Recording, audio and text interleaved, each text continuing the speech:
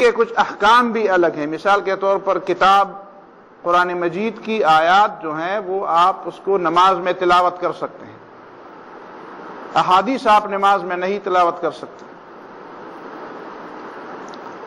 قرآن مجید کے الفاظ اور معنی دونوں اللہ کی طرف سے ہیں، اور احادیث جو ہے اس کا مفہوم یا اس کا معنی تو اللہ تعالیٰ کی طرف سے ہے، اور الفاظ نبی صلی اللہ علیہ وسلم کے اپنے. لیکن ان دونوں کو آپ اس معنی سے الگ نہیں کر سکتے، ایک کو دوسرے کے بغیر آپ سمجھ نہیں سکتے. اب یہ اعتراض اس بات پہ مبنی ہے کہ قرآن اور سنت، قرآن بالکل ایک ایسی چیز ہے جو ایک طرف نعوذ باللہ بلاتی ہے اور سنت ایک دوسری طرف بلانے والی چیز ہے، یا قرآن ایک الگ شخصیت بنانے والی چیز ہے اور سنت اور حدیث کوئی الگ شخصیت بنانے والی چیز. تو یہ تو قرآن پر بھی اعتراض ہوا. یہ تو ان لوگوں کا کام ہے، یا وہ لوگ یہ سوچتے ہیں جو سمجھتے ہیں کہ نعوذ باللہ من ذالک قرآن اور سنت کا آپس میں کوئی جوڑ نہیں بلکہ تضاد ہے، ایک دوسرے کے خلاف سمتوں میں جا رہے ہیں. یہ لوگ اگر قرآن پڑھ چکے ہوتے تو ان کو پتہ چل چکا ہوتا کہ قرآن مجید کے اندر جن چیزوں کا ذکر ہے اس میں سب سے جو اہم موضوعات ہیں 3 موضوعات: توحید، رسالت اور آخرت. اس میں رسالت ایک بڑا موضوع ہے. نبی صلی اللہ علیہ وسلم کی حیثیت کیا ہے، نبی صلی اللہ علیہ وسلم کا مقام کیا ہے، نبی کو کیوں بھیجا گیا. صاف طور پر پہلے درسوں میں آپ نے سنا کہ رسول اللہ صلی اللہ علیہ وسلم صرف یہ ذمہ داری ان کی نہیں تھی کہ ایک پیغام ان کو دیا گیا اور وہ پیغام وہ آگے پہنچائیں، بلکہ ان کا ایک مقام بھی، اس کا تذکرہ اس میں تھا کہ اس نبی کا مقام کیا ہے، اس کی حیثیت کیا ہے، اس پر ایمان لانا، اس کی تعلیمات پر ایمان لانا. اور اس کی تفصیل آپ نے سن لی تھی کہ اللہ رب العالمین تو اس سے پوچھ سکتا ہے. اللہ کے سامنے تو پیغمبر جواب دہ ہے، لیکن اللہ کے بغیر کوئی ایسی شخصیت دنیا میں نہیں، کوئی مخلوق ایسی نہیں جس کے سامنے نبی جواب دہ ہو. صحابہ کے سامنے جواب دہ نہیں ہے. صحابہ ان سے پوچھ سکتے ہیں سمجھنے کے لیے، لیکن یہ نہیں پوچھ سکتے کہ یہ کام آپ نے کیوں کیا. ایک چھوٹی سی بات ہے، وہ ذرا سمجھنے میں مشکل ہے کہ پیغمبر کی حیثیت رسول اور حیثیت شخصی یا حیثیت ذاتی، اس میں تھوڑا سا فرق ہے. مثال کے طور پر اب رسول اللہ صلی اللہ علیہ وسلم کا مقام یہ بھی ہے کہ وہ پیغمبر ہے. نبی صلی اللہ علیہ وسلم کا مقام یہ بھی ہے کہ وہ اپنے زمانے کے حکمران بھی ہیں، وہ فوج کے سپہسالار بھی ہیں، وہ فیصلے کرنے والے جج بھی ہیں. لیکن اس کے باوجود وہ ایک خاندان کے سربراہ بھی ہیں، وہ ایک معاشرے کے ایک فرد بھی ہیں، وہ کسی ایک بچے 2 بچوں کا باپ بھی ہے، وہ کسی کا ہمسایہ بھی ہے، وہ ایک بیوی یا چند بیویوں کا خاوند بھی ہے. تو اس حیثیت سے تو رسول اللہ صلی اللہ علیہ وسلم کی حیثیتوں میں وہ فرق تو ملحوظ رکھنا ہوگا. بحیثیت انسان نبی نے ایک بات کی، بحیثیت مسلمانوں کا ایک فرد بھی نبی صلی اللہ علیہ وسلم کبھی باتیں کرتے تھے. غزوہ بدر میں آپ نے دیکھ لیا، جس نے وہ پڑھی ہو تفصیلات، رسول اللہ صلی اللہ علیہ وسلم ایک جگہ پڑاؤ کے لیے انہوں نے حکم دیا کہ یہاں پہ ہم پڑاؤ ڈالیں گے. ایک صحابی آتے ہیں، ان کا نام ہے حباب ابن منذر رضی اللہ تعالیٰ عنہ. وہ نبی صلی اللہ علیہ وسلم سے پوچھتے ہیں امنزل انزلکہ اللہ ام ہی الرأی والحرب والمکیدہ. اے اللہ کے رسول، اللہ نے حکم دیا ہے کہ یہاں پہ پڑاؤ ڈالا جائے، یا یہ آپ کی رائے ہے، یہ آپ کی ایک تدبیر ہے،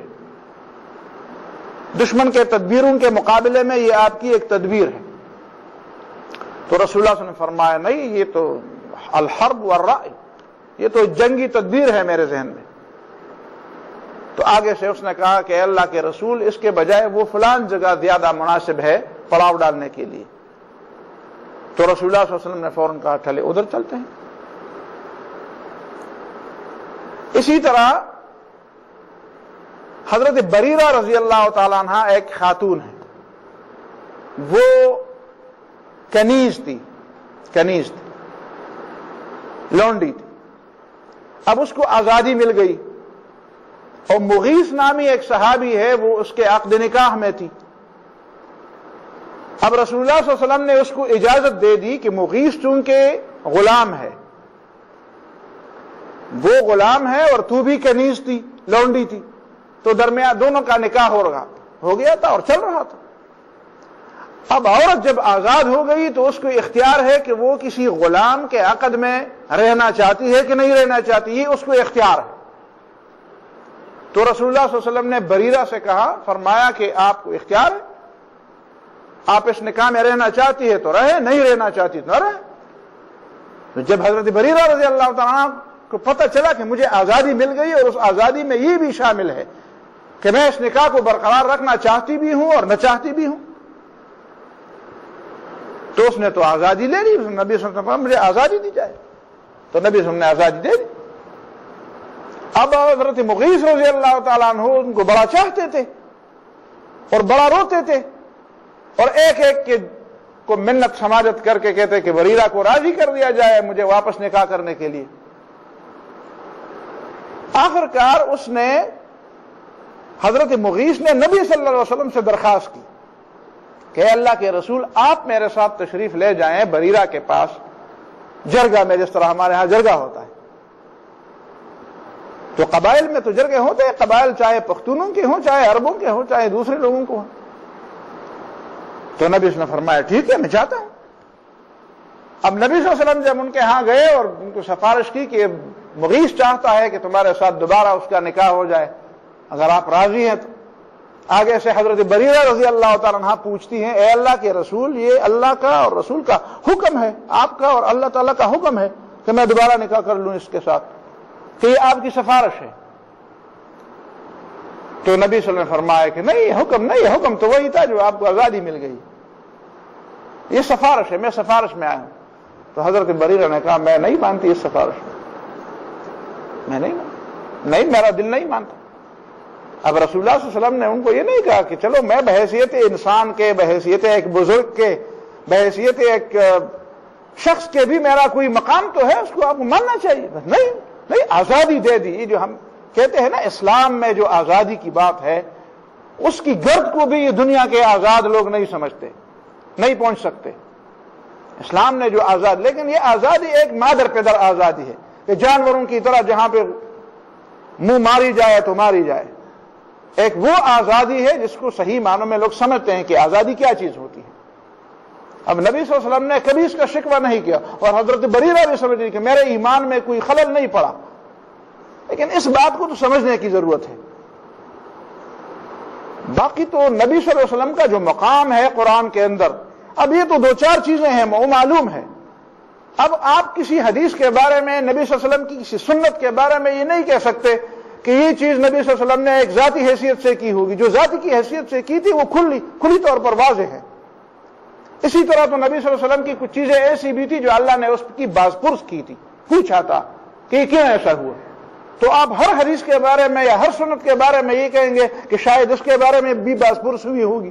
بھائی جن کے بارے میں باز پرس ہوئی تھی وہ تو معلوم ہے، قرآن میں ذکر ہے اس کا، دو چار جگہ ہیں بس. یہ صرف آپ کو یہ بتانے کے لیے کہ پیغمبر ہوتا ہے، خدا نہیں ہوتا. خدائی کے اختیارات اس کو منتقل نہیں ہوتے. پیغمبر ہوتے ہوئے بھی وہ اللہ کا بندہ ہوتا ہے، بندگی سے وہ آزاد نہیں ہوتا. یہ صرف اس بات کو سمجھانے کے لیے جہاں پہ کوئی ایسی بات ہوئی ہے وہاں پہ باقاعدہ اس کا تذکرہ ہوا ہے. یا ایھا النبی لم تحرم ما احل اللہ لک، اے نبی جو چیز اللہ نے تمہارے لیے حلال کی ہے تم کیسے اس کو حرام کراتے تھے. عفا اللہ عنک لما اذنت لهم، اللہ نے تمہیں معافی دی ہے لیکن تم نے منافقوں کو اجازت کیوں دی. عبس وتولى ان جاءه الاعمى.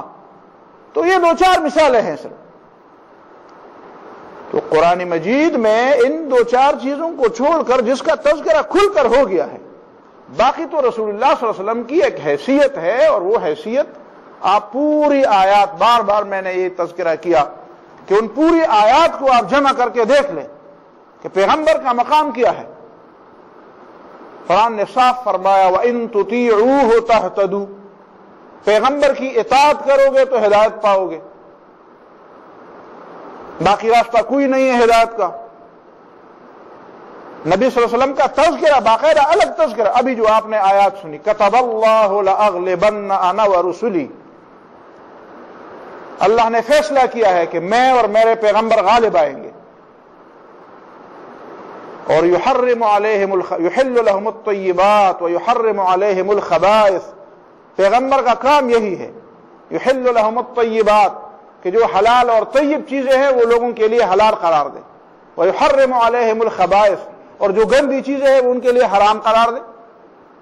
صرف وہ نہیں، حرام وہ نہیں ہے جو قرآن میں حرام قرار دی گئی ہیں، حلال وہ نہیں ہے جو قرآن میں حلال قرار دی گئی ہیں، حرام اور حلال وہ بھی ہے جو نبی صلی اللہ علیہ وسلم نے حرام اور حلال قرار دی۔ اب یہ جو پھر اس کے بعد کئی چیزیں ہیں، مثال کے طور پر خالہ اور اس کی بھانجی کا یا پھوپھی اور بھتیجی کا نکاح میں جمع کرنا، وَأَن تَجْمَعُوا بَيْنَ الْأُخْتَيْنِ، دو بہنوں کا ایک نکاح میں جمع کرنا تو حرام ہے، وہ تو نص قرآن میں ہے، لیکن یہ کہاں پہ لکھا ہوا؟ یہ قرآن میں کہاں پہ ہے کہ ایک پھوپھی ہو اور دوسری کیا ہو؟ اس کی بھتیجی ہو، ایک خالہ ہو ایک اس کی بھانجی ہو، تو خالہ بھانجی اور پھوپھی بھتیجی کا آپس میں نکاح میں جمع کرنا وہ قرآن میں تو نہیں لکھا ہوا، قرآن میں تو ہے وَأُحِلَّ لَكُم مَّا وَرَاءَ ذَلِكُم، یہ جو مذکور ہے ان کے علاوہ سارے تمہارے لیے حلال ہیں۔ قرآن میں دادی کے ساتھ نکاح کرنا کہاں پہ حرام ہے؟ دادی اور نانی کے ساتھ نکاح کرنا کہاں پہ حرام؟ نہیں لکھا ہوا ہے، یہ تو حدیث میں ہے۔ تو دادی کے ساتھ نکاح کرنا کہاں پہ ثابت ہے؟ قرآن میں۔ یہ تو پیغمبر کا مقام ہے کہ وہ اپنے نبی اور رسول ہونے کی حیثیت سے کچھ چیزوں کو حرام قرار دے اور کچھ چیزوں کو لازم قرار دے۔ اور یہ نماز اور روزے اور زکوٰۃ اور حج کی تفصیلات کہاں پہ ہیں قرآن مجید کے اندر؟ کس چیز پر کیا دم واجب ہوتا ہے؟ عمرے کا طریقہ تفصیلی طور پر کیا ہے، حج کا طریقہ تفصیلی طور پر کیا ہے، کون سی چیزیں ہیں جہاں دم لازم ہوتی ہے اور کون سی چیزیں ہیں جہاں سے دم لازم نہیں ہوتی، جس سے دم لازم نہیں ہوتی، نماز کا طریقہ، نماز کی رکعتیں، نماز کے اوقات، حتیٰ کہ 5 کا لفظ، اسی طرح زکوٰۃ کا نصاب کہاں ہے قرآن مجید میں؟ زکوٰۃ کا نصاب کدھر ہے؟ کتنے روپے میں کتنی زکوٰۃ ہے؟ کتنے بھیڑ بکریوں میں کتنی زکوٰۃ؟ کتنے اونٹوں میں کتنی زکوٰۃ ہے؟ یہ کہاں پہ قرآن میں لکھا ہوا ہے کہ سال گزر جائے تو زکوٰۃ ہو؟ یہ کہاں پہ قرآن میں لکھا ہوا ہے جو صاحب نصاب ہے اور اتنی نصاب ہے؟ اس کا مطلب یہ ہے کہ نعوذ باللہ من ذالک، اگر ہم احادیث کو چھوڑ دیتے ہیں، سنت کو چھوڑ دیتے ہیں، تو قرآن پر عمل کرنا نعوذ باللہ پھر تو یہ بازیچے اطفال بن جائے، پھر بچوں کا کھیل نعوذ باللہ بن جائے۔ تو جو لوگ کہتے ہیں کہ ما فرطنا فی الکتاب من شیء، ہم نے قرآن میں کوئی کمی نہیں چھوڑی ہے، اور جو لوگ سمجھتے ہیں کہ حدیث کی ضرورت ہے تو وہ یہ سمجھتے ہیں کہ قرآن میں کمی ہے، تو یہ ناسمجھی کی بات ہے۔ ان لوگوں نے قرآن کو نہیں سمجھا، قرآن کو سمجھ لیتے تو قرآن میں یہ بھی پڑھ لیتے کہ قرآن میں سب کچھ ہے، تو قرآن میں نبی کی یہ حیثیت بھی ہے، قرآن میں نبی کی یہ حیثیت بھی ہے کہ وہ یہ کام کر لے، تو آپ باقی کچھ چیزوں کو تو لے لیتے ہیں لیکن نبی کی وہ حیثیت وہ قرآن سے نکال لیتے ہیں اور اس کو پھر توجہ نہیں دیتے۔ کچھ چیزیں ہوتی ہے اسی طرح۔ پھر یہ قرآن میں یہ بھی ہے فَاسْأَلُوا أَهْلَ الذِّكْرِ إِن كُنتُمْ لَا تَعْلَمُونَ، نہیں سمجھتے ہو تو جاننے والوں سے پوچھو، علم والوں سے پوچھو۔ اب یہ جو علم والوں سے پوچھا جاتا ہے تو اس کا معنی یہ ہے کہ قرآن مجید میں جو سب کچھ ہے وہ اسی طرح ہے کہ سب کچھ کے بارے میں آپ کو راستے بتائے گئے ہیں،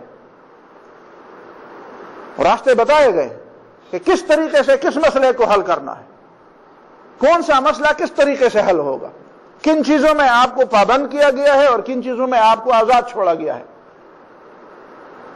کبھی کبھی ایک جملے میں یا ایک لفظ میں کئی چیزیں بند ہوتی ہیں۔ اس کے دو پہلو ہیں، ایک تو عام سی بات ہے نا، اگر میں مثال پیش کروں وہ کوئی مسئلہ تھا پرانے زمانے میں لوگ جو لطیفے سنا کرتے، لطیفوں میں بھی کبھی علم ہوتا تھا، تو سمجھانے کے لیے لوگ کہ ایک شخص کو اس کی بیوی نے مہینہ 1.5 مہینہ 2 مہینے ہو گئے، تو کچھ لوگ تو بہرحال اس زمانے میں کچھ نہیں کہتے کہ یہ چیز لائی جائے، وہ لا جائے، بیوی نہیں کی تھی اپنے خاوند، تو بعد میں جو خاوند کو بیوی نے کہنا شروع کر دیا کہ بھائی آج آٹا ختم ہے، آج چائے ختم ہے، آج گھی ختم ہے، آج وہ ہے وہ. اس نے کہا یار یہ عجیب بات ہے، مجھے تو نکاح کے وقت کسی نے یہ نہیں بتایا تھا کہ آپ نے یہ کام بھی کرنے ہوں گے. تو وہ چلا گیا اس مولانا کے پاس جس نے اس کا نکاح باندھا تھا. مولانا آپ نے نکاح باندھتے وقت مجھے تو یہ کہا تھا کہ قبول ہے. میں نے کہا قبول ہے. اس میں یہ بات کہا تھی کہ میں ماچس بھی لاؤں، میں تیل بھی لاؤں، میں آٹا بھی لاؤں، میں یہ بھی لاؤں، بل بھی داخل کر دوں فلان. یہ تو اب تو بھی یہی چیزیں مانگتی ہے. میں کہا یہ قبول ہے میں، یہ ساری چیزیں شامل تھی. ساری چیزیں اس طرح نہیں ہوتی کہ ایک ایک جز کی بالکل بلیو پرنٹ میں آپ کو ایک ایک چیز لکھ کر دی جاتی ہے کہ نکاح نہ. پھر تو نکاح ہے ویسے میرے خیال میں 50 جلد کتاب بن جائے. وہ 50 جلد کتاب کو کون دیکھ لے پھر. تو ایک ایگریمنٹ آپ قبول کرتے ہیں تو اس ایگریمنٹ کے کچھ تقاضے ہوتے ہیں. آپ نے یہ کب، آپ میں سے کس شخص نے پاکستان کے بارے میں یہ لکھا ہے اور دستخط کر کے اس نے اسٹامپ پہ لکھا ہوا ہے کہ میں عدالت کی بھی ہر بات مانوں گا، فوجی مجھے اشارہ دے دے، پولیس مجھے اشارہ، میں بھی رکوں گا، میں فلان یہ کروں گا. یہ جتنے بھی قوانین ہم فالو کرتے ہیں یا جن کی ہم پابندی کرتے ہیں، ان قوانین کی پابندی کا ہم نے کب حلف اٹھایا ہے؟ کسی نے شہریت لی ہو تو ٹھیک ہے، اس نے بھی اس کے سامنے بھی 10 جلد کتاب نہیں رکھی گئی ہوگی. پوری تعزیرات پاکستان اور پورے آئین پاکستان پر اس کو ہاتھ رکھ کر حلف نہیں لیا گیا ہوگا. نہ ہم نے لیا ہے نہ اس سے لیا جاتا ہے. لیکن لوگ اس کی پابندی کرتے ہیں اور کوئی بھی نہیں پوچھتا کہ بھئی یہ پابندی تمہارے اوپر کہاں سے لازم ہے، کب تم نے یہ پابندی. ہم پختون اپنے پختون روایات کی پابندی کرتے ہیں. کب ہم نے حلف اٹھائی ہے اور ہم سے قسم لی گئی ہے کہ تم نے ان روایات کی پابندی کرنی ہے؟ تو اس کا یہی جواب ہوتا ہے کہ بھئی کچھ چیزیں ایسی ہوتی ہیں، کچھ معاہدات ایسے خاموش معاہدات ہوتے ہیں جو سرے سے آدمی نے لفظاً اس کے بارے میں کچھ کہا ہی نہیں ہوتا. کچھ ایسی ہوتی ہے جو بالکل اجمالی طور پر ایک جملے میں ساری چیزیں بند کی ہوتی ہیں. ایک تو یہ بات سمجھنے کی ہے. دوسری بات یہ بھی سمجھنے کی ہے کہ قرآن مجید میں ہے یہ چیزیں. دیکھیں وہ مشہور حدیث جو ہے کہ حضرت معاذ بن جبل کو رسول اللہ صلی اللہ علیہ وسلم نے فرمایا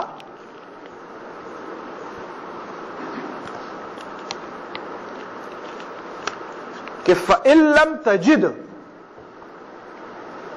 پہلے تو ان کو یہ فرمایا بِمَ تَقْضِي، فیصلے کیسے کرو گے؟ تو آگے سے انہوں نے جواب دیا کہ بکتاب اللہ، اللہ کی کتاب کے مطابق. تو نبی صلی اللہ علیہ وسلم نے یہ فرمایا فَإِن لَمْ تَجِدْ فِي کتاب اللہ، اگر اللہ کی کتاب میں تم اس مسئلے کا حل نہ پا سکو. یہ نہیں فرمایا کہ اللہ کی کتاب میں اگر اس کا حل نہ ہوا. دونوں باتوں میں فرق ہے. اللہ کی کتاب میں اس کا حل نہیں ہے، یہ ایک بات.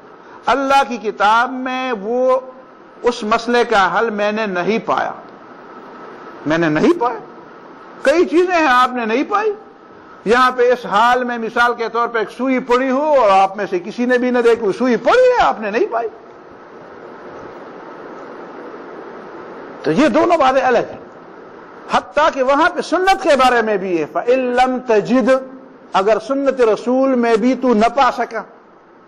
یہ نہیں کہ اگر سنت رسول میں اس کا حل نہ ہوا. اسی وجہ سے آپ جب فقہ پڑھتے ہیں اور اصول فقہ پڑھتے ہیں تو اصول فقہ میں یہ بات ہے کہ یہ جو فقیہ ہے اور یہ جو مجتہد ہے جو کہتے ہیں نیا مسئلہ آیا ہے، جی نیا مسئلہ آیا ہے، اور نئے مسئلے کے بارے میں حل بتائیں تو کہتے ہیں کہ وہ حل پیدا ہو گیا. تو اس کے بارے میں جو فقہاء جو لفظ بولتے ہیں وہ کہتے ہیں حل ظاہر ہو گیا. مجتہد جو ہے وہ مظہر ہوتا ہے. ایک مسئلہ چھپا ہوا تھا، اس کے اوپر گرد پڑی تھی، ایک چیز اس کے اوپر پڑی تھی، معلوم نہیں تھا. یا ایک مضبوط پتھر اس کے اوپر پڑا ہوا تھا، وہ ہر ایک نہیں اٹھا سکتا تھا، اس کے لیے کہ علمی قوت چاہیے تھی۔ ایک مجتہد جس کے پاس علمی قوت تھی، اس نے اس پتھر کو اٹھا لیا، پتہ چلا کہ نیچے وہ مسئلہ پڑا ہوا ہے۔ مجتہد مسئلے بنانے والے نہیں ہیں، مسئلے بتانے والے ہیں۔ مسئلہ ہوتا ہے پہلے سے، قرآن میں ہوتا ہے، حدیث میں ہوتا ہے، اس کو سمجھنے کی ضرورت۔ وہ ایک حدیث جو پہلے دن میں نے آپ کے سامنے رکھی تھی، اس کو آپ ضرور بار بار پڑھیں، فقاہت والی حدیث۔ رب حامل فقہ الی من هو افقہ منہ، کسی کے پاس علم کی بات ہے لیکن وہ اس کو سمجھتا نہیں۔ ورب حامل فقہ الی من هو افقہ منہ، ایک آدمی کے پاس علم کی بات ہے، وہ سمجھتا بھی ہے، لیکن دوسرا شاید اسی بات کو اس سے زیادہ سمجھ۔ فرق جو ہے مجتہدین کے درمیان، فرق جو ہے علماء کے درمیان، یہ نیت کا فرق نہیں ہے کہ کسی کی نیت سب کی ٹھیک ہے، طریقہ بھی سب کا ٹھیک ہے۔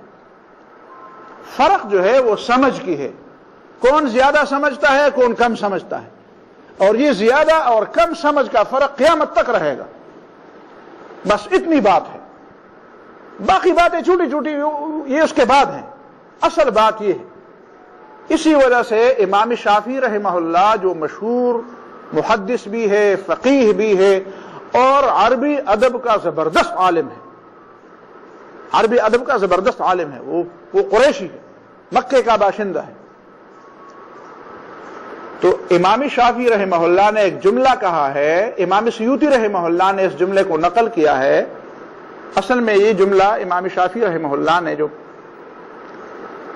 وہ ایک اور سیاق و سباق میں یہ جملہ انہوں نے بتایا ہے، لیکن ہے وہ ہر جگہ فٹ آتا ہے۔ وہ کہتے ہیں کہ لا یحیط باللغت الا نبی، عربی زبان کا علم صرف پیغمبر کے پاس ہے انسانوں میں، بس پیغمبر کے پاس عربی زبان کا جتنا علم ہے وہ اتنا کسی کے پاس نہیں۔ ایک دفعہ حضرت علی رضی اللہ تعالیٰ عنہ نے رسول اللہ صلی اللہ علیہ وسلم سے پوچھا، اے اللہ کے رسول، ہم ایک جگہ پہ پیدا ہوئے، ایک ہی شہر میں پیدا ہوئے، ایک ہی دادا کی اولاد ہے، ایک ہی جگہ ہماری جوانی گزری ہے، ایک ہی جگہ ہم پلے بڑے ہیں، آپ کے سفر کے حالات اور آپ نے کہاں پہ آپ نے سفر کیے سارا مجھے بھی پتا ہے، ہم نے بھی کیے ہیں، پر آپ کو ایسی چیزیں عربی زبان کی پتہ ہے جو مجھے نہیں معلوم۔ یہ کیسی بات ہوئی؟ آپ نے کسی استاد سے نہیں سیکھا، ہمیں پتہ ہے آپ کا کوئی استاد نہیں ہے، لیکن آپ کو عربی کی ایسی چیزیں آتی ہیں اور آپ عربی کی ایسی لغات بولتے ہیں اور ایسے اسلوب میں آپ بات کرتے ہیں کہ ہمیں نہیں معلوم۔ اس کا مطلب ہے کہ عربی آپ نے کہاں سے سیکھی؟ کوئی استاد، کوئی مدرسہ تو ہمیں نہیں معلوم کہ جہاں پہ آپ نے پڑھا۔ تو رسول اللہ صلی اللہ علیہ وسلم مسکرائے اور جواب میں کہا، علی میں پیغمبر ہوں، علی میں پیغمبر ہوں، پیغمبر۔ لا یحیط باللغت الا نبی، عربی زبان کے علم پر احاطہ جو انسانوں کی گنجائش کے انداز سے ہو، ایک تو وہ احاطہ ہے جو اللہ کے علم کے لحاظ سے، ایک وہ جو ہے انسانوں کے علم کے لحاظ سے۔ تو لا یحیط باللغت الا نبی، علم عربی کے اوپر اسی طرح کا احاطہ کہ ان کے تمام گوشے معلوم ہوں، وہ صرف نبی صلی اللہ علیہ وسلم کا کام ہے۔ تو بالکل قرآن مجید میں یہ چیزیں ہیں، احادیث میں یہ ساری چیزیں ہیں۔ اس کا مطلب یہ ہے کہ رسول اللہ صلی اللہ علیہ وسلم نے سنت میں اور احادیث میں بیان کر کے ہمارے لیے آسانی پیدا فرمائی، آسانی پیدا فرمائی ہے یہ چیزیں قرآن مجید کے اندر۔ حضرت عبداللہ ابن مسعود رضی اللہ تعالیٰ عنہ کے مشہور شاگرد علقمہ، وہ فرماتے ہیں کہ ایک دفعہ میرے استاد نے ایک مجلس میں ایک بات کی کہ لعن اللہ الواشمات والمستوشمات والنامسات والمتنمسات والمتفلجات للحسن المغیرات خلق اللہ، اللہ تعالیٰ نے ان عورتوں پر لعنت کی ہے جو گونتے ہیں اپنے جسم کو، جس طرح وہ خال لگاتے ہیں نا، یہاں پہ سبز سبز قسم کے داغ لگاتے ہیں حسن کے لیے، والمستوشمات، اور ان عورتوں پر بھی اللہ نے لعنت کی ہے جو دوسری عورتوں سے کہتی ہیں کہ آئے مجھے خال لگوائے، جس کو گوندنا کہتے ہیں اردو میں۔ والنامسات والمتنمسات، اور ان عورتوں پر جو اپنے بھون کو باریک کرتے ہیں حسن کے لیے، خود باریک کرتے ہیں یا دوسری عورت کا کہ بال، وہ بھون کے بال نکال کر ان کو باریک کرتے ہیں، خاص لکیریں بناتے ہیں حسن کے لیے، کیسے لگتے ہیں کہ یہ جو پیدائشی طور پر ایسے ہیں۔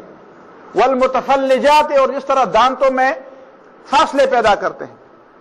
عربوں کی یہ عادت تھی کہ ان کو وہ ایسے دانت زیادہ پسندیدہ ہوتے تھے جن میں آپس میں خلا ہوتی تھی، دانت بالکل ایک دوسرے سے لگے ہوئے ہوتے ہیں تو وہ مصنوعی طریقے سے ان دانتوں کے درمیان خلا پیدا کرتے تھے، اس کو کہتے ہیں تفلج۔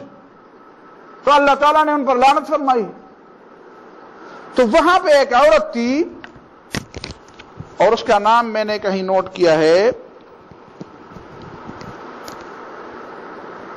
اس عورت نے کہا، ام یعقوب اس کا نام ہے، ام یعقوب رضی اللہ تعالیٰ، کہتا کہ عبداللہ تو عجیب آدمی ہے، کب اللہ تعالیٰ نے ایسی عورتوں پر لعنت کی ہے؟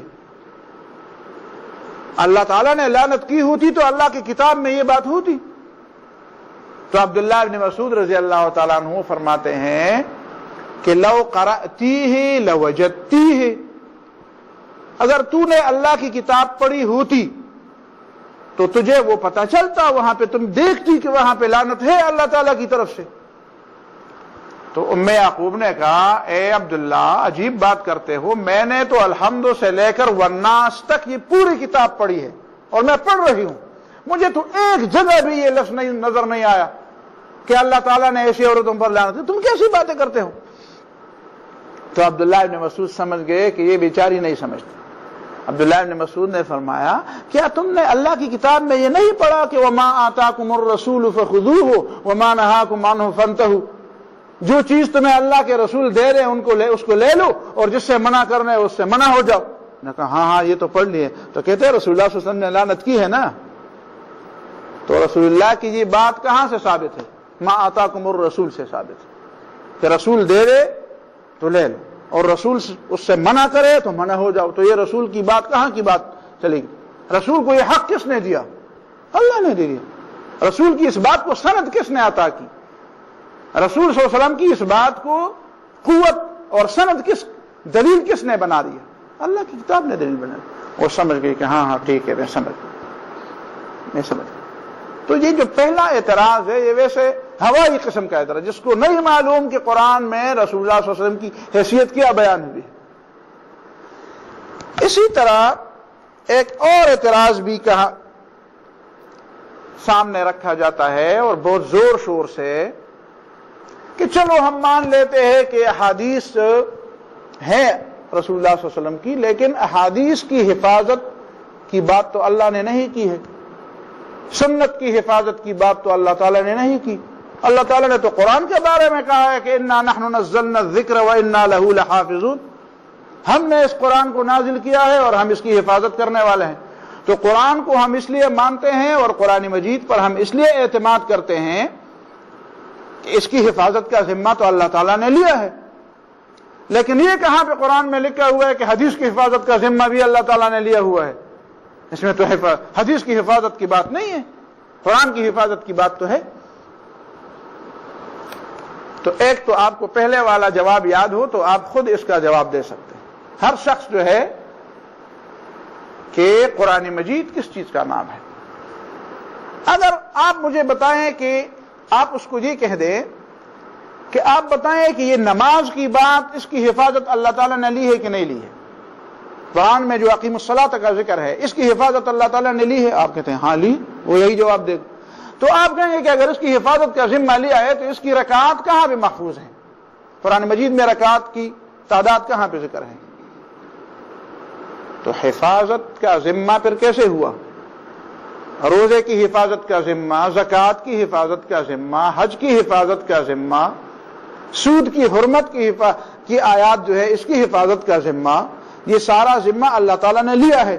تو لیا ہے تو نماز اگر آج ضائع ہو جائے مثال کے طور، تو ایک اقیم الصلاۃ سے بغیر سنت کے اور بغیر احادیث کے آپ کیسے معلوم کریں گے کہ نماز کیا چیز ہوتی ہے، صلاۃ کیا چیز ہوتی ہے، زکوٰۃ کیا چیز ہوتی ہے؟ اس کا مطلب یہ ہے کہ قرآن مجید کی حفاظت کا ذمہ تو اسی لیے لیا ہوا ہے. زیادہ سے زیادہ آپ یہ کہہ سکتے ہیں کہ نہیں حدیث کا لفظ تو ذکر نہیں ہے. تو میں سمجھتا ہوں آپ مجھے بتائیں ہماری فوج کی ذمہ داری ہے کہ وہ اس ملک کی حفاظت کرے, تو ہماری فوج کی ذمہ داری کے حلف میں اور اس ذمہ داری کے حلف میں آپ کے پورے سرحدات کے جتنے بھی گاؤں ہیں اور جتنے بھی پوسٹیں ہیں ان سب کے ایک ایک کا تذکرہ ذکر ہوا ہے. یعنی کسی حلف میں یہ ہے یہ میرا ملک ہے. پتہ نہیں کتنا کلومیٹر, 2000 سے زیادہ کلومیٹر کی سرحد تو ہماری افغانستان کے ساتھ ملی ہوئی ہوگی, اور پتہ نہیں انڈیا کے ساتھ کتنی ملی ہوئی ہے, اور اس میں کتنی پوسٹیں ہوں گی. تو کیا کسی فوجی کے حلف میں یہ بات شامل ہے کہ فتوحی والا بارڈر پر جو پوسٹ ہے اس کی حفاظت بھی میری ذمہ داری ہے, اور گوادر کی بھی میری ذمہ داری ہے, اور وہ لاہور کے قریب کیا ہے واگا کی بھی میری ذمہ داری ہے, اور افغانستان کے قریب قندھار کے قریب بھی میری ذمہ داری ہے, اور غزنی کے قریب. تو یہ ایک ایک نقطے کے بارے میں کہاں پہ لکھا ہوتا ہے؟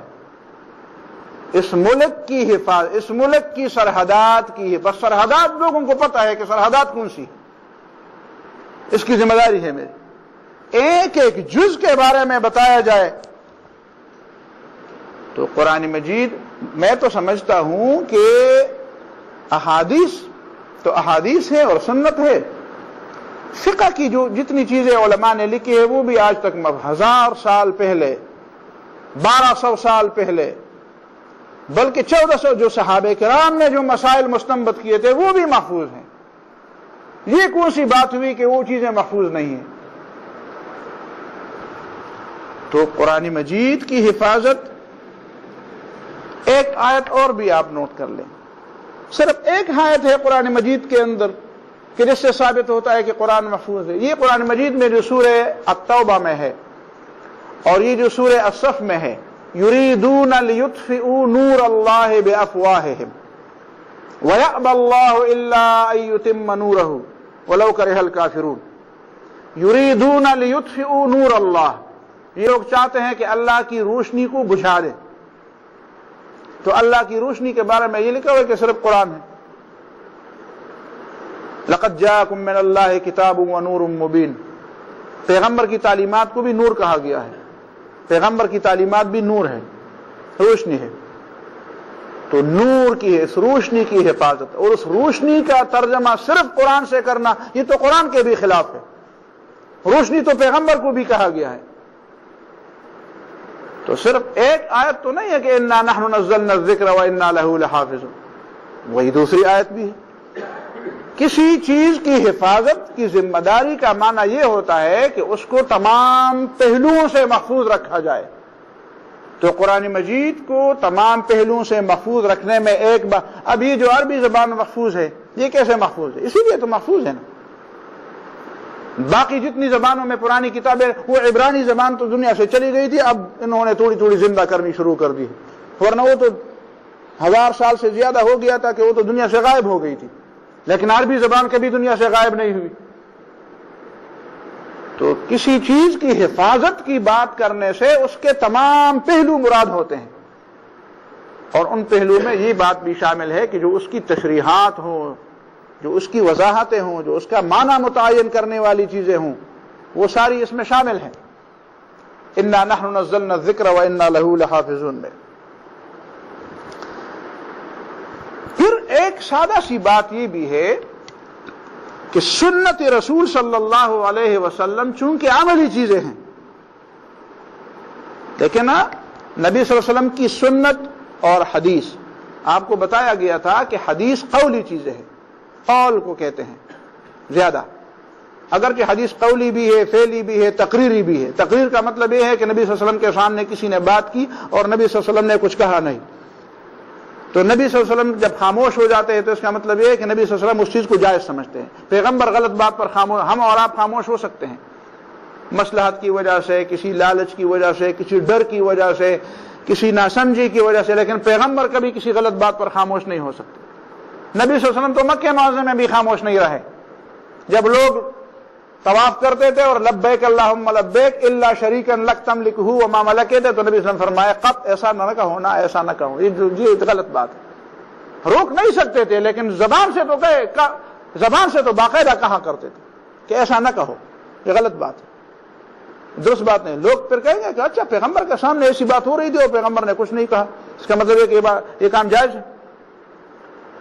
لیکن ایک سنت ہے، تو رسول اللہ صلی اللہ علیہ وسلم کی سنت جو ہے وہ اسی طرح محفوظ ہے کہ وہ عملی چیزیں ہیں۔ ایک نقطہ یہاں پہ ذرا گہرا، اگرچہ آسان بھی ہے، اتنا گہرا بھی نہیں ہے، دیکھیں پوری امت کے لیے ایک ایسا لفظ ہے جو صرف پیغمبر کے لیے بولا جاتا ہے۔ پیغمبر معصوم ہے۔ معصوم کا معنی یہ ہے کہ پیغمبر غلطی سے اللہ تعالیٰ ان کو بچاتا ہے۔ اس کا معنی یہ نہیں ہے کہ وہ غلطی کرنے کی ان میں قوت نہیں ہوتی، قوت ہوتی ہے، لیکن اللہ تعالیٰ ان کو بچاتے ہیں۔ ہمیں اور آپ کو کبھی بچاتے ہیں، کبھی نہیں بچاتے، اس لیے ہم گناہ بہت کرتے ہیں، لیکن پیغمبر کو اللہ تعالیٰ بچاتے ہیں۔ اس کو کہتے ہیں عصمت۔ وَلَوْلَا أَن ثَبَّتْنَاكَ لَقَدْ كِدتَّ تَرْكَنُ إِلَيْهِمْ شَيْئًا قَلِيلًا، اگر ہم نے تمہیں روکا نہ ہوتا تو قریب تھا کہ ان کی طرف کو جھک جاتا۔ تو اس جھکنے سے کس نے تمہیں بچایا؟ اللہ تعالیٰ کہتے ہیں ہم نے بچایا، مطلب پیغمبر معصوم ہوتا ہے۔ اب دیکھیں رسول اللہ صلی اللہ علیہ وسلم کے بعد حضرت ابوبکر صدیق رضی اللہ تعالیٰ عنہ کے لیے، حضرت عمر فاروق رضی اللہ شخصی طور پر عصمت نہیں ہے۔ غیر پیغمبر کے لیے عصمت کی بات، گناہوں سے حفاظت کی بات، جس طرح پیغمبر معصوم ہے، یہ بات صرف شیعوں نے کی ہے، رافضیوں نے۔ شیعہ اور رافضی میں بھی فرق ہے، اس کو چھوڑے اس مسئلے کو۔ شیعہ لوگوں میں اتنی باتیں نہیں ہے جتنا رافضیوں میں۔ ہر شیعہ رافضی نہیں ہے، البتہ ہر رافضی شیعہ ہے۔ رافضی کا معنی یہ ہے جو دوسرے صحابہ کرام کو اس کے مقام سے نیچے گراتے ہیں، اور شیعہ کا مطلب یہ ہے کہ حضرت علی سے زیادہ محبت رکھتے ہیں۔ تو زیادہ محبت رکھنا تو کوئی نہیں، جب وہ پیغمبر کے درجے تک نہ پہنچے، خدا کی درجے تک نہ پہنچے، تو کوئی بڑی گناہ تو نہیں ہے۔ بڑے بڑے اچھے لوگوں پر شیعیت کا الزام ہے، لیکن رافضیت کا الزام نہیں ہے۔ لیکن امام ابو حنیفہ کے بارے میں، امام شافعی کے بارے میں، امام شافعی نے تو اس کا بڑا جواب بھی دیا تھا۔ لوگوں نے امام شافعی پر الزام لگایا تھا کہ تو رافضی ہے۔ شیعہ کے یعنی جس طرح عام لوگ رافضی اور شیعہ کے بارے میں فرق نہیں جانتے، رافضی کو بھی شیعہ کہتے ہیں، شیعہ کو رافضی کہتے ہیں، اور جو رافضیوں کے لیے جو چیزیں ہیں وہ شیعوں کے اوپر چسپان کرتے ہیں۔ تو اسی طرح اس زمانے میں بھی کچھ لوگ تھے کہ وہ یہ نہیں جانتے تھے کہ یہ الزام ان پر جو آتا ہے یہ شیعیت کا الزام آنا چاہیے یا رافضیت کا الزام آنا چاہیے، تو انہوں نے شیعیت کی بجائے رافضیت کا الزام لگایا۔ تو امام شافعی رحمہ اللہ نے جواب دیا کہ لو کان رفضا حب آل محمد فلیشہد الثقلان انی رافض، کہ اگر تم اس کو کہتے ہو کہ جو حضرت علی کے اولاد سے محبت رکھے وہ شیعہ ہے، وہ رافضی ہے، تو تم تو چھوڑو، یہ پوری کائنات میں جتنے بھی دونوں مخلوقات ہیں، انسان اور جن، سارے گواہ ہو جائے کہ میں رافضی ہوں۔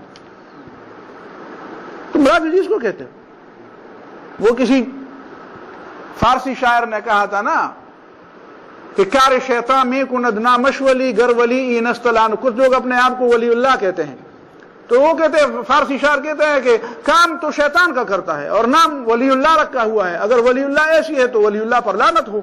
تو آپ کا کیا جواب دیں گے اس بات کا کہ اچھا ولی اللہ پر لعنت؟ وہ کہتے ہیں نہیں ولی اللہ پر لعنت نہیں ہے، اس شخص پر لعنت ہے جو کام تو شیطان کا کرتا ہے لیکن اپنے آپ کو ولی اللہ سمجھتا ہے، اس شخص پر لعنت ہے، چاہے اس کا نام اللہ بزرگ کیوں نہ رکھا جائے، بڑا معزز اور مکرم نہ رکھا جائے۔ تو یہ بات نوٹ کرنے کی ہے کہ نبی صلی اللہ علیہ وسلم نے، ایک تو ہمارا عقیدہ ہے کہ نبی معصوم ہے، لیکن نبی کے علاوہ معصومیت کا عقیدہ یہ تو صرف شیعوں کے ہاں ہے کہ جو کہتے ہیں ہمارے ائمہ معصوم ہیں۔ وہ کہتے ہیں کہ امام، ہمارے ہاں خلیفہ کا لفظ ہے، ان کے ہاں امام کا لفظ ہے۔ وہ کہتے ہیں امام وہ ہوگا جو معصوم ہوگا۔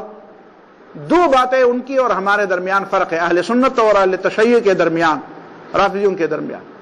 ایک فرق یہ ہے کہ ہم سمجھتے ہیں کہ مسلمانوں کا امیر جو منتخب ہوگا وہ مسلمانوں کے مشورے سے منتخب ہوگا۔ شیعہ کہتے ہیں کہ نہیں، یہ نص سے منتخب ہوگا، قرآن میں حدیث میں اس بات کا تذکرہ ہوگا کہ کون امام ہوگا۔ پہلی بات یہ۔ دوسری بات یہ کہ وہ ہم کہتے ہیں کہ جو امام ہوگا وہ غلطی سے اس کا معصوم ہونا شرط نہیں ہے، اس لیے کہ پیغمبر کے علاوہ کوئی معصوم نہیں۔ وہ کہتے ہیں نہیں امام معصوم ہونا چاہیے۔ ہمارے جتنے بھی 12 امام ہیں وہ سارے کے سارے کیا ہوں گے؟ ان کے بارے میں عصمت کا عقیدہ ہوگا۔ لیکن ایک بات تو رسول اللہ صلی اللہ علیہ وسلم نے بیان فرمائی ہے، وہ کیا ہے؟ وہ نبی صلی اللہ علیہ وسلم نے یہ بات بیان فرمائی ہے کہ لا تجتمع امتی علی الضلالہ، میری امت کے لیے یہ ایک خصوصیت ہے کہ میری امت گمراہی پر مجتمع نہیں ہوگی۔ تو گمراہی سے پوری امت کو معصوم قرار دیا، ایک ایک شخص کو نہیں، پوری کی پوری امت کو۔ امت صرف پاکستانی کو بھی نہیں کہتے اور صرف عربوں کو بھی نہیں کہتے، پوری امت رسول صلی اللہ علیہ وسلم یہ کبھی بھی کسی گمراہ بات پر متفق نہیں ہوگی۔ اب یہ امت کو وہ مقام ملا جو پیغمبر کا مقام تھا، عصمت کا، حفاظت کا، تو یہ کیوں ملا؟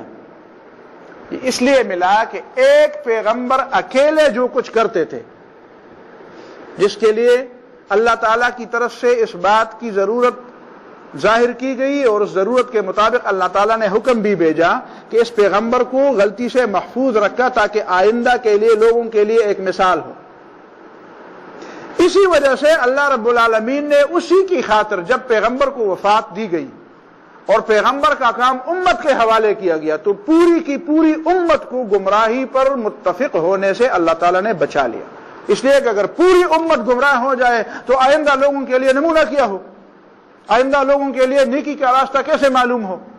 تو اللہ تعالیٰ نے پوری امت۔ اب اس سے ایک اور نقطہ ذہن میں آ گیا، وہ نقطہ یہ آیا کہ ٹھیک ہے امت کا ایک ایک فرد تو پیغمبر کا نمونہ ہونا مشکل ہے، سمجھ میں آ گئی بات؟ لیکن صحابہ کرام میں بھی نبی صلی اللہ علیہ وسلم کی وہ جو نبی صلی اللہ علیہ وسلم کی جو حیثیات تھی وہ صحابہ کرام میں بھی تقسیم تھی۔ ٹھیک ہے علم سب کے پاس تھا، ٹھیک ہے قربانی سب کے پاس تھی، فرائض کی پابندی سب کے پاس تھی، حرام سے بچنا سب لوگوں کی رائے تھی اور سب لوگوں کی کوشش تھی، لیکن جو کمالات تھے وہ کمالات پوری امت میں تقسیم ہو گئے تھے۔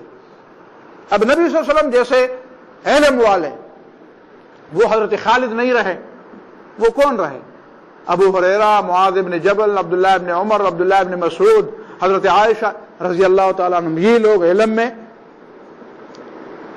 ممتاز ہو گئے پوری امت میں۔ اسی طرح فوجی قیادت میں اور معاملات میں حضرت خالد اور سعد بن ابی وقاص اور عبداللہ بن عمرو بن عاص اور یہ لوگ آگے چلے گئے۔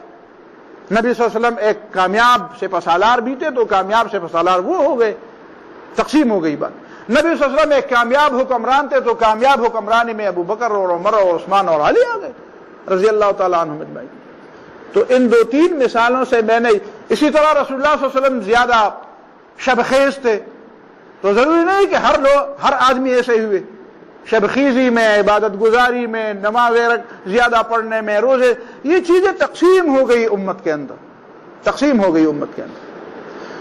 تو اسی طریقے سے نبی صلی اللہ علیہ وسلم کا جو کام تھا وہ صحابہ کرام اور صحابہ کرام کے بعد پوری امت میں وہ کمالات تقسیم ہو گئے۔ اب سنت ایسی چیز نہیں ہے، سنت کی حفاظت کا معنی یہ سنت اب محفوظ ہے لیکن آپ کو نظر نہیں آ رہی۔ آپ یہ سمجھنا چاہتے ہیں کہ سنت کسی کتاب میں لکھی ہوئی ہوگی، دیوار پر چسپان کی گئی ہوگی، یا سنت کا معنی یہ ہوا کہ ایک شخص جس طرح پیغمبر تھے اسی طرح پوری امت میں کوئی ایک آدمی کہیں پہ کھڑا ہوگا، کہیں پہ بیٹھا ہوگا اور نبی صلی اللہ علیہ وسلم کی پوری سنتوں کا وہ نمونہ ہوگا۔ حالانکہ نبی کی سنت کا پورا نمونہ وہ پوری امت ہوگی، ایک شخص نہیں ہوگا، پوری امت پر نبی کے یہ کمالات۔ اس کے اور بھی کئی مقاصد ہیں لیکن ایک مقصد یہ بھی ہے کہ دیکھو پیغمبر کتنی عظیم شخصیت ہے کہ جو وہ کام انہوں نے کیے ہیں کہ جو پوری کی پوری امت جو کبھی لاکھوں میں تھی، کبھی کروڑوں میں، اور اب اربوں تک بات پہنچنے والی ہے، ارب سے زیادہ ہو گئی ہے، 1.5 ارب۔ اس کا مطلب یہ ہے کہ جتنا بھی زمانہ گزرتا جائے گا تو یہ لوگوں کے ذہن میں یہ بات راسخ ہوتی جائے گی کہ اچھا یہ وہ کمالات ہیں جو اب پوری امت میں تقسیم ہیں، اور یہ کمالات کسی وقت میں سارے کے سارے ایک نبی کی ذات میں جمع ہوئے تھے۔ تو سنت کی حفاظت کا جو طریقہ تھا وہ یہ تھا کہ اس کا نام سنت رکھا گیا کہ اس کو عمل میں لایا جائے، اور عمل میں لانے کے لیے یہ پوری امت پر یہ ساری چیزیں تقسیم ہو گئی، اور پوری امت قیامت تک اس چیز سے خالی نہیں ہوگی۔ قیامت تک پوری امت میں مجاہدین بھی پیدا ہوتے رہیں گے، اچھے اچھے مصلحین بھی پیدا ہوتے رہیں گے، فاتحین بھی پیدا ہوتے رہیں گے۔ ہاں، علمی لحاظ سے، عملی لحاظ سے جتنے بھی کمالات ہیں انبیاء کے، ان کے لحاظ سے اس امت میں لوگ پیدا ہوتے رہیں گے، اور یہ ہے سنت کی حفاظت کا ایک طریقہ۔ تو بہرحال یہ ایک سوال یہ بھی کیا جاتا ہے، آخری طور پر میں اس بات کا تذکرہ کروں کہ لوگ سمجھتے ہیں کہ دیکھو رسول اللہ صلی اللہ علیہ وسلم کی وفات کے بعد لوگوں نے فقہ کی طرف تو بڑی توجہ دی، فقہ کا تدوین ہوا، اور ابھی حدیث کا تدوین نہیں ہوا تھا۔ اور تعجب کی بات ہے، عام طور پر ایک سادہ سے انداز میں لوگ یہ بات کرتے ہیں، اچھے لوگوں کے ذہن میں بھی یہ بات آتی ہے، اور نیت بری نہ بھی ہو تب بھی یہ بات ان کے ذہن میں کہیں طرح بیٹھ جاتی ہے کہ یہ عجیب امت ہے نبی صلی اللہ علیہ وسلم کی، کہ نبی صلی اللہ علیہ وسلم کی امت تھی تو نبی کی احادیث کو تو پہلے مدون نہیں کیا، پہلے مرتب کر کے لوگوں کے سامنے پیش نہیں کیا، اور فقہ کو پہلے مرتب کر دیا، تو کیا اس فقہ کی اہمیت نبی صلی اللہ علیہ وسلم کی احادیث سے زیادہ تھی؟ بس یہ ایک سادہ سا سوال لوگوں کے ذہن میں آتا ہے، اور لوگ کرتے ہیں اس طرح کے سوال، یہ امت عجیب ہے، اپنے نبی کی احادیث کو جمع کرنے سے پہلے فقہ کی۔ تو میں سمجھتا ہوں کہ ایک تو فقہ کی بات نہیں سمجھی گئی کہ فقہ ہے کیا چیز، لوگوں کا خیال ہے کہ فقہ کوئی فضول قسم کی نعوذ باللہ چیز ہے، بس ایک اضافی قسم کی چیز ہے، اس کو کیا ضرورت تھی، فقہ کیا ہوتی؟ سمجھ میں آ گئی بات؟ اور اس زمانے میں تو کچھ لوگوں نے ایسا ظلم کرنا شروع کر دیا ہے کہ وہ لوگوں کے سامنے فقہ کی کتابوں کے ایسے انداز میں پیش کرتے ہیں کہ نعوذ باللہ من ذالک یہ قرآن اور سنت کے خلاف نعوذ باللہ لکھی ہوئی چیزیں، ظلم ہے، ایک جہالت ہے۔ میرے ایک دوست تھے، میرے طالب علم، میرے کلاس فیل ہوتے، وہ مجھے بار بار کہا کرتے تھے کہ اللہ تعالیٰ مجھے اتنے پیسے دے دے کہ میں ہدایہ اور شرح الوقایہ اور شامی کو پوری دنیا سے جمع کر دوں، خرید لوں، اور پھر اس ساری کتابوں کو میں دریا میں پھینک دوں۔ میرے اس کے نزدیک بڑی نیکی یہی تھی، ان کتابوں کو جمع کیا جائے۔ سمجھ میں آ گیا؟ اس زمانے میں تو مجھے اس سوال کا جواب نہیں آتا تھا، لیکن کاش وہ آج مجھے ملے تو میں اس کو سمجھاؤں کہ تمہارے لوگوں میں ایک آدمی مجھے ایسا ملے، میں چیلنج کروں کہ وہ ہدایہ کو صرف سمجھ سکے اور سمجھا سکے۔ میں ہدایہ کی عبارت نکالوں، اس کے سامنے رکھوں، یا طالب علم اس کے سامنے بٹھاؤں، اور وہ طالب علموں کو ہدایہ صرف پڑھا سکے۔ تو جن لوگوں میں اتنی اہلیت نہیں ہوتی کہ وہ ہدایہ کو پڑھا سکے، وہ ہدایہ کے بارے میں ایسا وہ اختیار کرتے، تو ظلم کی بات ہے، ناسمجھی کی بات۔ بہرحال ان لوگوں کی باتیں تو چھوڑے، لیکن جو بات سمجھنے والے لوگ ہیں ان کی بات پر توجہ دینی چاہیے۔ یہ سوال لوگوں کے ذہن میں ہے، اور یہ سوال بھی قرآن سے اور حدیث سے ناواقفیت کی بنیاد پر ہے کہ فقہ ہے، کہ فقہ کسی اپنی طرف سے کوئی نئی پیغمبری کی بات تھی، کسی نے پیغمبر ہونے کا دعویٰ کیا تھا، کسی نے رسول صلی اللہ علیہ وسلم کی اتباع کو اور اس کی اطاعت کو چھوڑ کر اپنے اتباع اور اپنے اطاعت کی طرف لوگوں کو بلایا تھا۔ ایسی کوئی مثال ہے؟ ایسی کوئی مثال ہے؟ اگر نہیں ہے تو یہ ظلم کیوں کیا جا رہا ہے کہ فقہ کو ایسے انداز میں پیش کیا جاتا ہے؟ وہی حدیث پہلے والی پھر آپ ذہن میں تازہ کر، اس حدیث کو میں نے بہت سوچ سمجھ کر انتخاب کیا تھا، اس کا پہلے درس میں جو ہم نے بیان کیا تھا کہ فرب حامل فقہ غیر فقیہ ورب حامل فقہ الی من هو افقہ منہ۔ اب اگر میں چھوٹا سا ایک لطیفہ بھی سناؤں، اگر آپ سمجھنے کی کوشش کریں، توجہ دیں، کہ جس کو تو حدیث کے یاد کرنے والے کو تو کہا گیا کہ بلغوا، میری طرف سے پہنچاؤ، یا نضر اللہ امرأ سمع منا شیئا فحفظہ حتی یبلغہ، اس نے یاد کیا حتیٰ کہ دوسرے تک پہنچایا۔ فرب حامل فقہ الی من هو افقہ منہ ورب حامل فقہ غیر فقیہ۔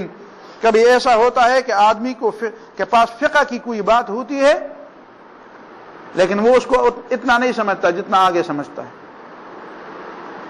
اور یا آگے والا اس سے زیادہ سمجھتا ہے۔ اب جس کو احادیث پہنچائی گئی ہیں، یہ تو رسول اللہ صلی اللہ علیہ وسلم نے یہ اشارہ دیا تھا. اس کو میں نے لطیفے کے عنوان سے آپ کے سامنے پیش کیا، لیکن آپ اس کو سمجھنے کی کوشش کریں. وہ ایسا لطیفہ نہیں ہے نا جس طرح ملا دبیازے کے لطیفے ہوتے ہیں، نصیر الدین کے. رب حامل فقہ غیر فقیہ رب حامل فقہ الی من هو افقہ منہ، کہ لوگوں کو کیوں کہا جا رہا ہے کہ اس کو پہنچاؤ آگے جن لوگوں کو آپ پہنچائیں گے وہ فقیہ ہوں گے. تو جو لوگ فقیہ تھے ان کو تو فقاہت پہ لگایا گیا، ان کو اس بات پہ نہیں لگایا گیا کہ آپ کی بھی یہ ذمہ داری ہے کہ آپ بھی. لوگ کہتے امام ابو حنیفہ نے تو آگے حدیث نہیں پھیلائی ہیں.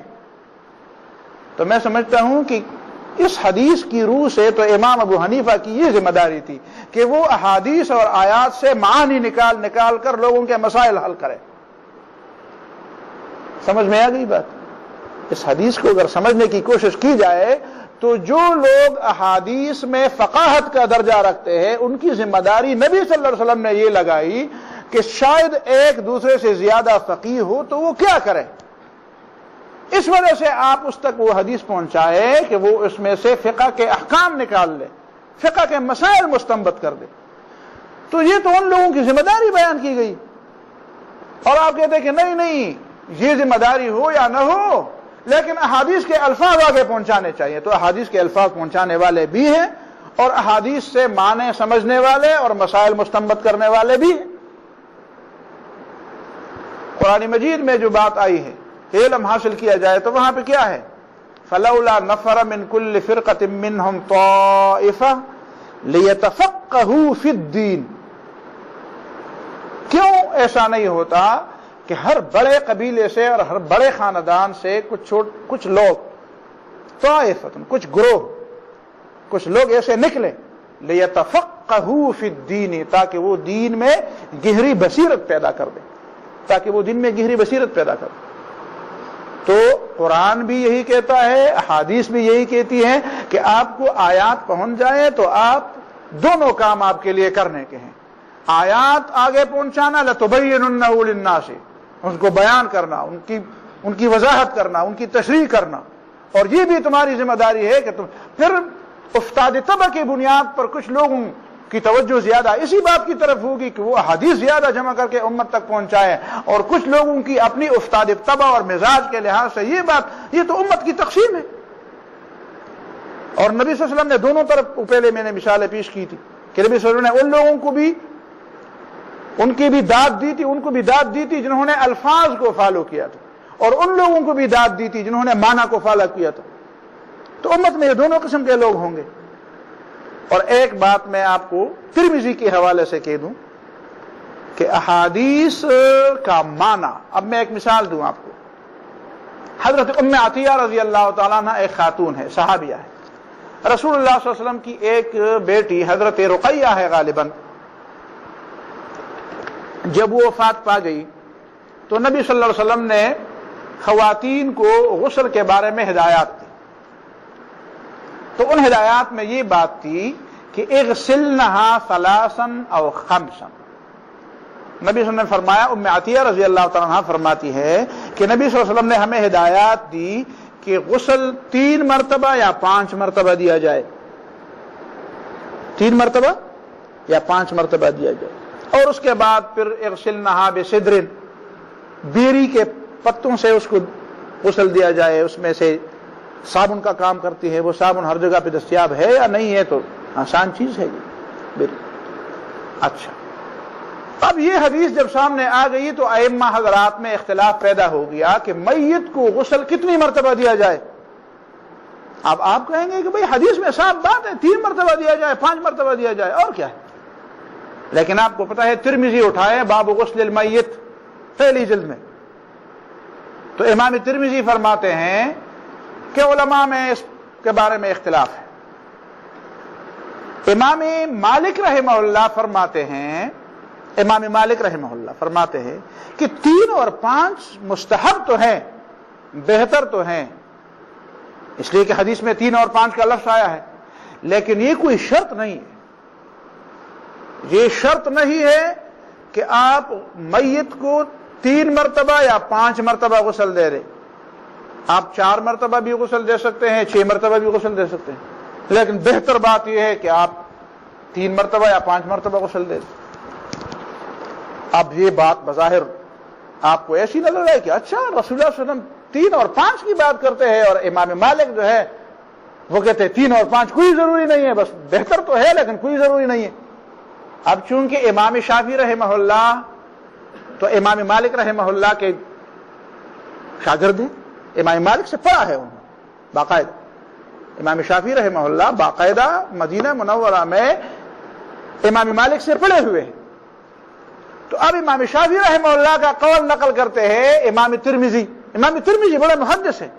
امام ترمذی کہتے ہیں کہ امام شافعی رحمہ اللہ نے اپنے استاد کی بات کے بارے میں فرمایا کہ میرے استاد کے کہنے کا مطلب یہ نہیں ہے کہ وہ حدیث کی مخالفت کرتے ہیں، وہ کہتے ہیں نبی صلی اللہ علیہ وسلم نے یہ 3 اور یہ 5 تحدید کے دور پر نہیں کہی تھی، تحدید کہ بس اسی میں اپنے آپ کو روکے رکھو۔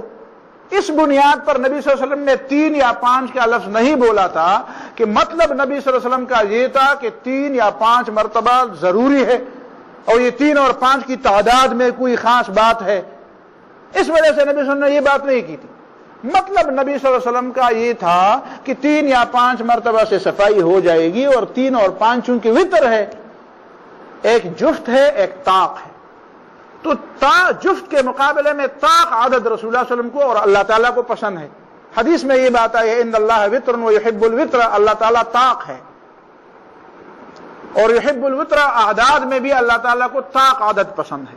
اسی وجہ سے ہم سبحان ربی الاعلیٰ سبحان ربی العظیم یا 3 مرتبہ کہتے ہیں، یا 5 مرتبہ یا 7 مرتبہ، یہ طاق عدد، اللہ تعالیٰ کو طاق عدد پسند ہے، تو طاق کی وجہ سے 3 اور 5 کا ذکر۔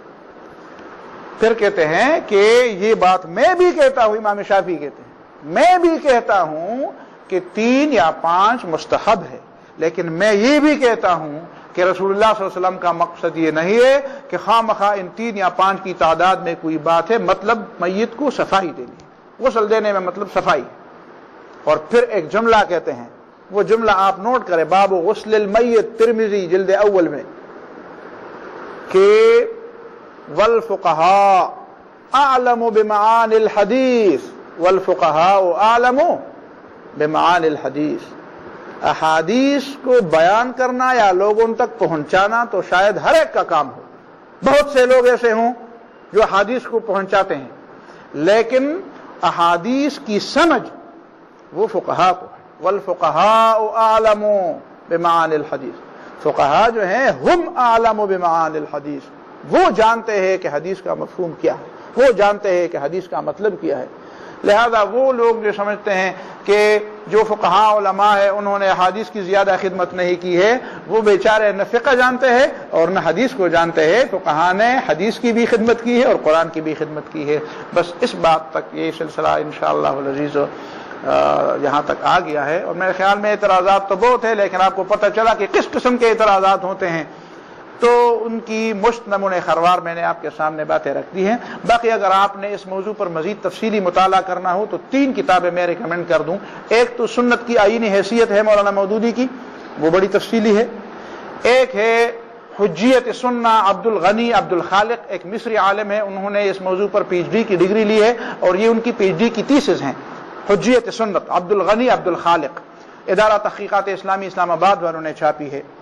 ایک ہے حدیث بحیثیت نظام، ایک لفظ میں بھول گیا، حجیت سنت، اور ایک ہے حدیث کا تشریعی مقام، حدیث کا تشریعی مقام، وہ ہے ڈاکٹر مصطفیٰ سباعی۔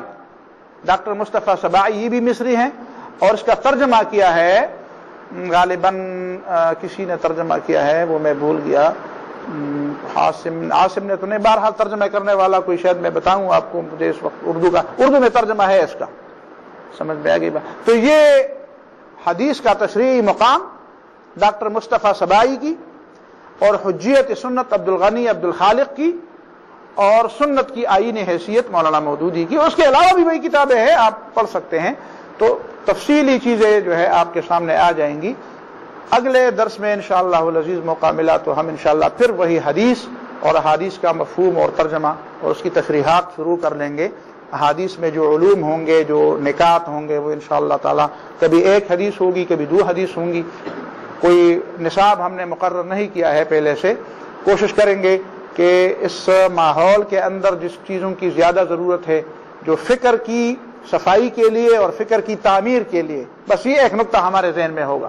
تو اس زمانے میں فکر کی صفائی کون سی چیزیں ہیں جو ہمارے افکار کو گندا کرنے والی چیزیں ہیں، ان کو کیسے صاف کیا جائے، اور اس کی بنیاد قرآن اور سنت کی بنیاد پر اپنے فکر کی تعمیر کیسے کی جائے. ان دو باتوں کو پیش نظر رکھ کر انشاءاللہ میں حدیث کا انتخاب کروں گا اور ان حدیث کی تشریح ہوگی. اقول قولی ھذا واستغفر اللہ لی ولکم ولسائر المسلمین فاستغفروہ انہ ھو الغفور الرحیم. جزاکم اللہ خیرا. اس درس کے بارے میں کوئی بات ہو تو لا ینحل ہو تو آپ کہہ سکتے ہیں. کیا بات ہے؟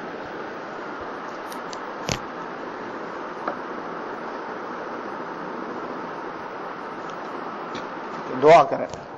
ربنا تقبل منا انك انت السميع العليم وتب علينا انك انت التواب الرحيم. اللهم وفقنا لما تحب وترضى.